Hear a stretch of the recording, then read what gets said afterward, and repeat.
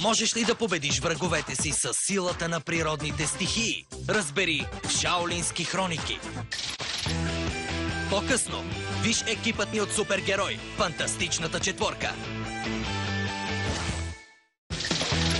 Остани с нас за най-великите герои на всички времена – Фантастичната четворка. Следва.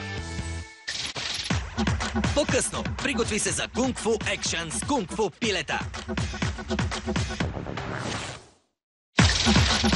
Пилетата не умеят кунг-фу, така си мислиш ти? Гледай кунг-фу пилета. Следва. По-късно Гъмбъл и Дарвин отново се раздават до край в невероятния цвят на Гъмбъл. Гъмбъл и Дарвин отново приключенстват в невероятния цвят на Гъмбъл. Следва. По-късно Робот Бой показва на лошите как се прави. Забавлявай се! Ще стане ли Робот Бой истинско момче? Виж в Робот Бой. Следва по Cartoon Network. По-късно Елият ще ти покаже на какво е способно въображението ти. Остани с нас за Елият Хлапето. Какво става, когато развихриш въображението си? Виж сам в Елият Хлапето. Следва.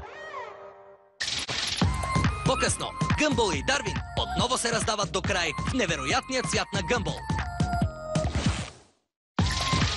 Гъмбъл и Дарвин отново приключенстват в невероятния цвят на Гъмбъл. Следва. По-късно силата на природните стихии те очаква. Време е за Шаолински хроники. Можеш ли да победиш враговете си с силата на природните стихии? Разбери в Шаолински хроники. А след това е време за още щури планове с още епизоди на Анджело е върхът. Дали днес плановете на Анджело ще успеят? Виж след малко в Анджело е върхът. По-късно Гъмбъл и Дарвин отново се раздават до край в невероятния цвят на Гъмбъл. Гъмбъл и Дарвин отново приключенстват в невероятния цвят на Гъмбъл. Следва.